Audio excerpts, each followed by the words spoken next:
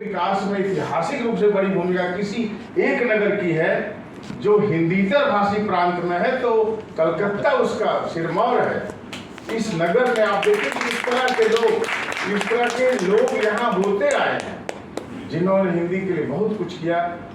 और प्रोफेसर घोष सचमुच कितनी बेहतरीन हिंदी बोल रहे थे, आप अंदाजा लगाइए।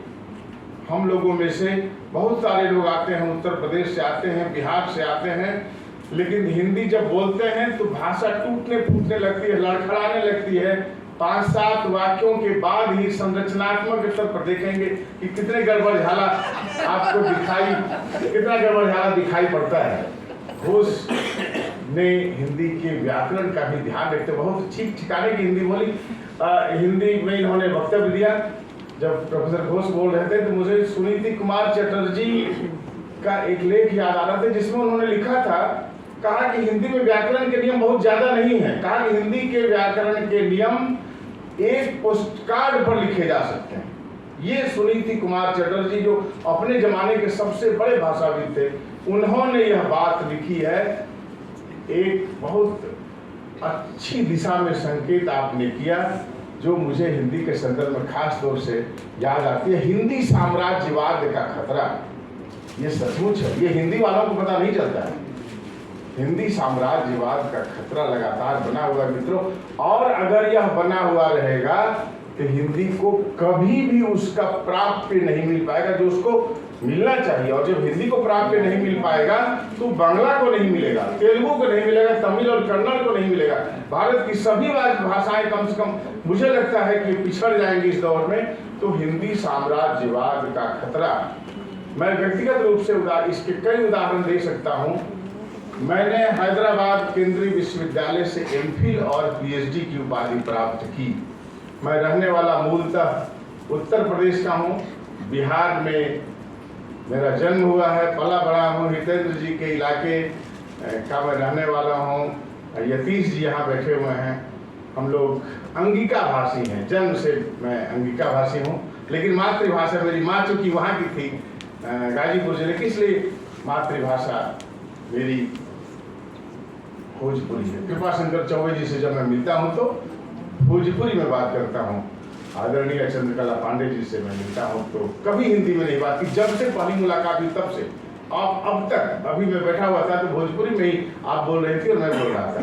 तो ये बहुत बड़ी बात है मित्रों, हिंदी साम्राज्यवाद का खतरा। हिंदी भाषी इलाकों से जो लोग आते हैं वो बहुत भयानक रूप से हीनता ग्रंथि से पीड़ित होते हैं। आप लोगों में से बहुतों को इसका अनुभव होगा। मैं जब हैदराबाद विश्वविद्यालय में था, बिहार के बहुत कम बच्चे थे वहाँ उस प्रांत में, हालांकि केंद्रीय विश्वविद्यालय थे, बिहार के कम बच्चे थे, राजस्थान के कुछ बच्चे व्याकरण हुआ करते थे, और मध्य प्रदेश के तमाम बच्चे जो हिंदी भाषी थे। तो हम लोगों ने एक प्रयोग किया। हम लोगों ने कहा कि चल देखते हैं, चलते हैं हिंदी भाषी प्रांतों के जो विद्वान अध्यापक यहाँ हैं अलग अलग विषयों के, उनसे बात की जाए। एक भी उदाहरण ऐसा नहीं मिला जब हिंदी भाषी प्रांत के किसी विद्वान अध्यापक ने हिंदी में बात की हो। जब हम लोग जाते थे नमस्कार करते थे, जैसे कोई फिजिक्स का प्रोफेसर है, कोई केमिस्ट्री का, कोई मैथमेटिक्स का प्रोफेसर, बहुत धुरंधर विद्वान हुआ करते थे, उन लोगों के बारे में सब लोग जानते थे, विश्वविद्यालय भर के लोग जानते थे, देश विदेश घूम कर आए थे। लेकिन रहने वाले कहाँ के, गोरखपुर के, इलाहाबाद के, पटना के, गया के, इस तरह के लोग हुआ करते थे। जाकर हम लोग मिलते थे और कहते थे कि सर प्रणाम।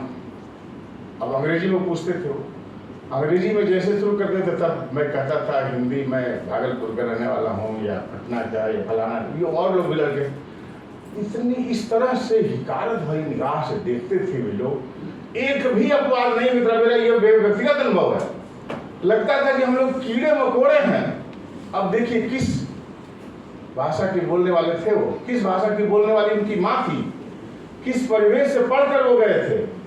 सारा कुछ वही था जो हमारा था, हमारे जैसे अन्य बच्चों का था, लेकिन अपनी मातृभाषा के प्रति उनके मन में रत्ती भर भाव नहीं था, रत्ती भर लगाव नहीं था।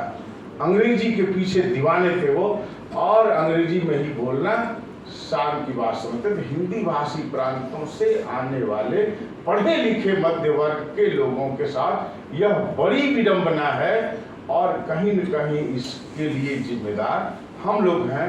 मैं समझता हूँ कि दो बांग्ला बोलने वाले लोग अगर मिलते हैं तो बांग्ला में बात करते हैं, कोई दिक्कत नहीं होती उनको। दो भोजपुरिया लोग मिलते हैं तो भोजपुरी में बोलते हैं, लेकिन जो खाटी एक दूसरे को नहीं जानते और हिंदी भाषी हैं, इलाहाबाद से आ रहे हैं, दिल्ली से आ रहे हैं, पटना से आ रहे हैं, गया से, भागलपुर से आ रहे हैं, वो जब मिलेंगे तो अंग्रेजी में समाप्त हो करेंगे। तो दोनों हिंदी जानते हैं, कहीं कोई दिक्कत नहीं, दोनों में से कोई नहीं बोलेगा। आप देख लीजिएगा, आप तो अलग अलग जगहों पर जाते